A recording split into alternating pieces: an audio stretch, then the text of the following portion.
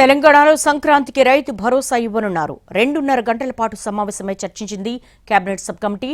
జిల్లాల పర్యటనలో వచ్చిన అభిప్రాయాలు క్రోడీకరించింది.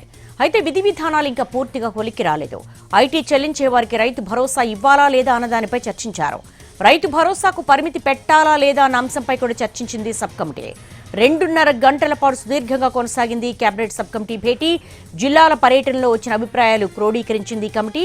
ఇంకా విధి విధానాలు అయితే పూర్తి కాలేదు. అయితే సంక్రాంతికి రైతు భరోసా ఇవ్వాలని మాత్రం డిసైడ్ అయినట్టుగా తెలుస్తోంది.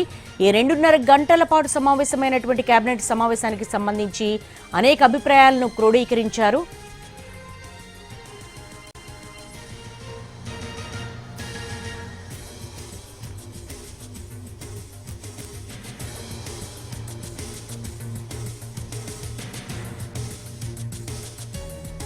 తెలంగాణలో సంక్రాంతికి రైతు భరోసా ఇవ్వనున్నారు. 2.5 గంటల పాటు సమావేశమై చర్చించింది కేబినెట్ సబ్ కమిటీ. దీనికి సంబంధించి విధి విధానాలు ఇంకా పూర్తి కావాల్సింది. మోర్ ఇన్పుట్స్ సచివాలయం నుంచి మా ప్రతినిధి చారిని అడిగి మరిన్ని వివరాలు తెలుసుకుందాం. చారి, కేబినెట్ సబ్ కమిటీలో ఎటువంటి నిర్ణయాలు తీసుకున్నారు? రైతు భరోసాకు సంబంధించి ఏమన్నా పరిమితులు కానీ షరతులు కానీ ఏమైనా పెట్టే అవకాశం ఉందా?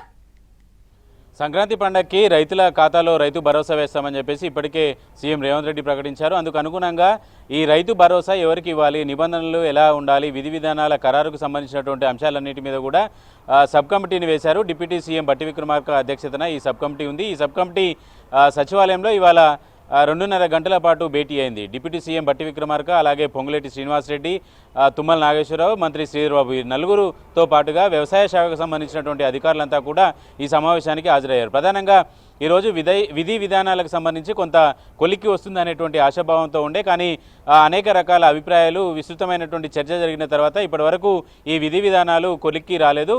మరోసారి ఈ కేబినెట్ సబ్ కమిటీ సమావేశమయ్యేటువంటి అవకాశం అయితే ఉంది. అయితే ఈ విధి విధానాలకు సంబంధించి అంశాన్ని కనుక చూస్తే ఇప్పటివరకు అందరి రైతులకి కూడా రైతు బంధు, గతంలో ఉన్నటువంటి ప్రభుత్వం రైతు బంధుని వేసింది. అలాగే రైతులకు ఎన్ని ఎకరాల వ్యవసాయ భూమి ఉంటే అన్ని ఎకరాలకు అది సాగులో ఉన్నా సాగులో లేకపోయినా రైతు బంధుని వేసింది. అయితే ఇప్పుడు వచ్చినటువంటి కాంగ్రెస్ పార్టీ ప్రభుత్వం రైతు భరోసా పేరుతోటి గతంలో 20,000 కోట్ల మేర పక్కదారి పట్టాయి ప్రభుత్వ ధనం అనేటువంటి అభిప్రాయంతో ఉంది. రియల్ ఎస్టేట్ వ్యాపారం చేసేటువంటి వాళ్ళు బీడు భూములకు, గుట్టలు, చెట్లు ఉన్నటువంటి వాటికి కూడా రైతు బంధు ఇచ్చింది గత ప్రభుత్వం. కాబట్టి ఈసారి రైతులు ఎవరైతే సాగు చేస్తున్నారో ఆ సాగుకు అకెరకొచ్చేట్టుగా రైతు భరోసా ఇవ్వాలనేటువంటి ఆలోచన చేసింది. అయితే దీని మీద విధి విధానాల ఖరారుకు సంబంధించి ఇంకా కొలికి రాలేదు. 2.5 గంటల పాటు జరిగినటువంటి ఈ సమావేశంలో అనేక రకాల అభిప్రాయాలు కూడా వ్యక్తమయ్యాయి.